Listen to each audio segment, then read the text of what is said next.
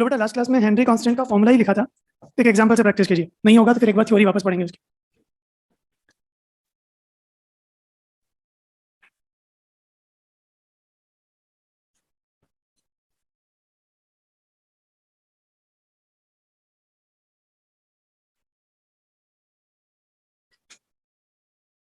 कीजिए।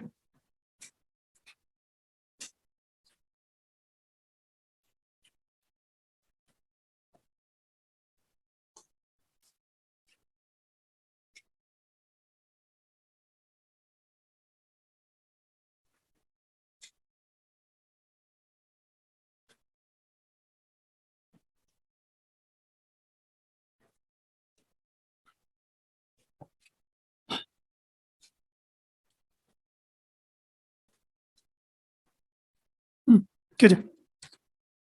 Henry constant की unit के हिसाब से बस फॉर्मूला देख लो।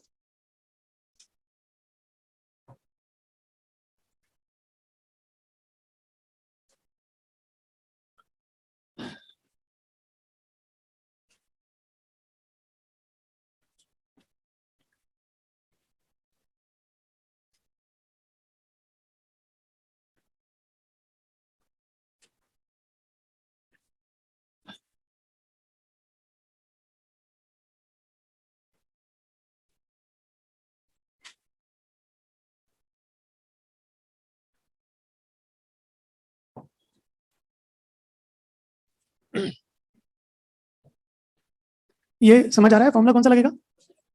बेटा, केज की यूनिट के अकॉर्डिंग देखो तो हम फॉर्मूला कौन सा लगेगा? Mole fraction of air equals to Henry constant, यही होगा ना? सॉल्व करिए भाई। आपने प्रेशर नाइट्रोजन पे थोड़ी लगाया है। कहानी ये है कि ये बेटा, हम 5 एटीएम प्रेशर लगा रहे हैं। यहाँ पर एयर है और यहाँ पर वाटर है। तो पूरी की पूरी एयर अंदर जाएगी। पहले आप ये निकालिए एयर कितनी है, और जितनी एयर होगी उसका 90% 80% क्या होगा? N2। पूरे एयर पर ही तो 5 एटीएम प्रेशर अप्लाइड है।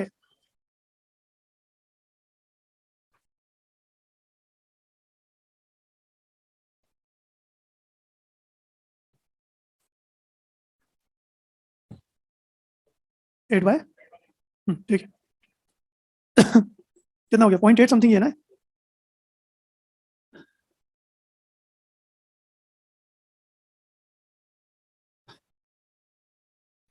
चलिए, थोड़ा साथ में करने टाइम बचेगा।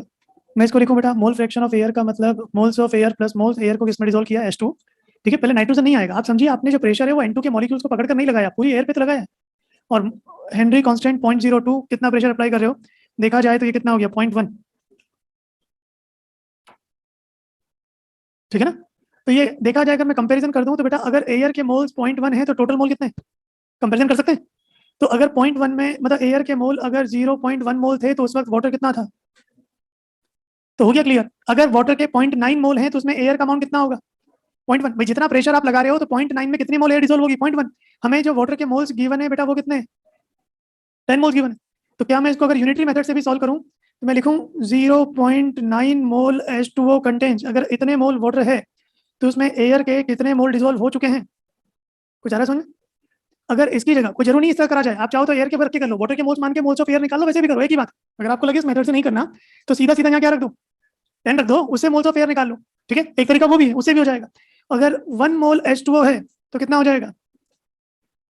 यानी इतने मोल एयर डिसॉल्व हो चुकी है 1 मोल में, लेकिन हमें कितने मोल में करवाना है? तो 10 मोल H2O में कितना हो जाएगा? ये हो गया 1/9 इंटू 10। 10/9 मोल एयर आ चुकी है, लेकिन जितनी एयर है उसका 80% क्या है?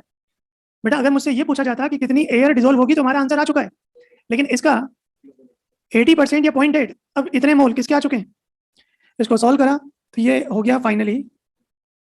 कोई जरूरी नहीं है आप इस लंबे मेथड से जाओ, आपको साइड बाय साइड चलना है तो आप वैसे निकाल लो। Moles of air, moles of air, water के मोल कितने हैं? 10। ये कितना हो गया? 0.1/1। आ रहा है कुछ समझ में? यहाँ से क्या मोल ऑफ एयर नहीं आ सकते? और जितने मोल ऑफ नाइट्रोजन निकालने हैं, क्या वो मोल ऑफ एयर का? ठीक है, चॉइस आपकी, किसी मेथड से कर। एग्जाम में आई वेराइटी है, बस थोड़ा सा डेटा बदल दिया मैंने। कर लोगे? बस ध्यान ये रखिएगा कि फॉर्मूला यूनिट के अकॉर्डिंग रखा जाएगा।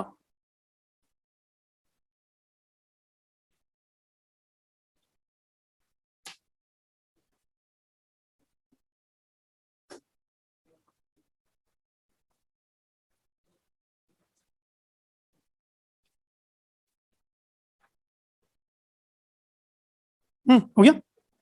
चलिए टॉपिक फिनिश है। एक दो थियोटिकल पॉइंट हैं, उनको लिख लीजिए, फिर नया टॉपिक स्टार्ट करते हैं। कुछ थियोटिकल पॉइंट्स हैं जो सिंपल याद रखने वाले हैं। आपको याद हो बेटा, ऑस्मोसिस में दो केसेस पढ़े थे, एंडो और एक्सो, और एक और होता है रिवर्स। लेकिन ध्यान से सुनना, रिवर्स नेचुरल प्रोसेस नहीं है, वो तभी होगा जब आप प्रेशर, याद है, प्रेशर ज्यादा लगाओगे। कुछ थियोटिकल पॉइंट में नंबर 1 फर्स्ट लिखो, फर्स्ट नंबर लिखना, if pressure greater than if pressure greater than osmotic pressure is applied, if pressure greater than osmotic pressure is applied, greater than osmotic pressure is applied, then flow of H2O particles take place. Flow of H2O particles take place. बताइए, normal case में osmosis का flow कहां से कहां होता है? Low concentration to, लेकिन यहां हो जाएगा flow of H2O particles take place from high concentration to low concentration, high concentration to low concentration in reverse of osmosis, and called reverse osmosis. ये ऑस्मोसिस के रिवर्स है बेटा, रिवर्स ऑफ ऑस्मोसिस। कुल मिलाकर हम शॉर्ट में ध्यान रख सकते हैं कि अगर लो कंसंट्रेशन से हाई कंसंट्रेशन की तरफ फ्लो है,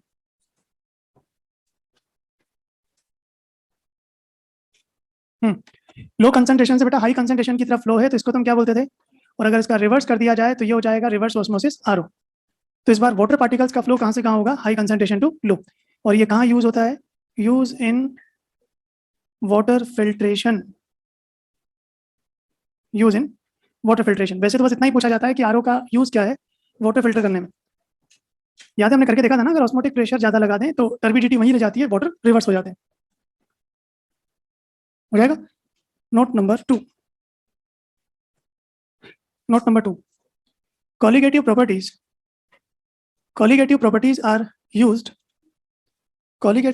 are used to find molar mass of compound. Colligative properties are used to find molar mass of compound. अब इन सबके फॉर्मूले में देखना बेटा, मोलर मास आएगा तो आप सॉल्व कर सकते हो। Colligative properties are used to find molar mass of compound. Note number 3 exam का पॉइंट है। लेकिन बेटा जो बायोमोलिक्यूल्स और पॉलीमर्स होते हैं, आपको पता है बायोमोलिक्यूल्स और polymers are very very temperature sensitive. हमारी बॉडी में, ब्लड में जितने भी बायोमोलिक्यूल्स पॉलीमर्स है बहुत टेम्परेचर सेंसिटिव है। 2-3 डिग्री टेम्परेचर ऊपर हो जाए तो हम उसको फीवर बोलना शुरू कर देते हैं। सुना है अपने फीवर में WBC RBC कितनी तेजी से कम होती है? एवरेज होती है शायद 380 के आसपास, 3,80,000, और 1 घंटे में गिर के वो 2 लाख आ जाती है। जैसे ही टेम्परेचर थोड़ा भी बढ़ा, ये क्या होते हैं, एंजाइम्स डिकम्पोज होना शुरू हो जाते हैं। अब मान लो आपके पास ये फॉर्मूला है, समझना। चलो I kbm, क्लास में कोई बच्चा बाहर आया था, उसने पूछा था सर आई कब यूज करते हैं, फिर समझा देता हूँ। आप हर फॉर्मूले में आई यूज करो। जब I 1 होना होगा, जैसे यूरिया ग्लूकोज, अपने आप वो 1 हो जाएगा। इस मोलिलिटी को मैं क्या लिख सकता हूँ बेटा? वेट अपॉन और मास ऑफ सॉल्वेंट। ठीक है, मान लो आपके पास एक बड़ा सा ऑर्गेनिक बायोमोलिक्यूल है, ब्रांच मान लो, लेकिन बहुत ज्यादा टेम्परेचर सेंसिटिव, 60 की जगह अगर 65 भी टेम्परेचर हुआ, टूट जाएगा। उससे क्या होगा? जैसे ही टूटेगा नंबर ऑफ पार्टिकल्स, जब पार्टिकल्स बढ़ेंगे तो वैल्यू पर फर्क पड़ेगा नहीं पड़ेगा?